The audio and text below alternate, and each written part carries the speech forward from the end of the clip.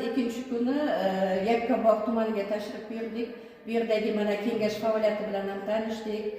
Bu yerda bizning deputatlarimiz ham Yakkabog' tumanidagi kengash deputatlari bilan o'zlarida olib borilayotgan ishlar bilan, ishlar faoliyati bilan qanday yo'lga qo'yilganligi bilan tajriba almashdilar. Men o'ylaymanki, hozirgi paytda mana yosh deputatlarimiz ham juda ko'p oramizda. Bular tajriba almashish jarayonlarida o'zlariga kerak bo'lgan takliflarini, mana tavsiyalardan o'zlariga keraklisini oldi deb o'ylayman.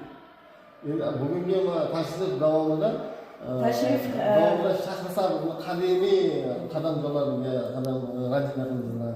Qolaversa mana maqom muzeyiga biz mana Shahrisabzga mana tashrif buyurdik. Mana bu yerda ziyoratgohlarga bordik, o'sha yerda mana ziyorat qildik.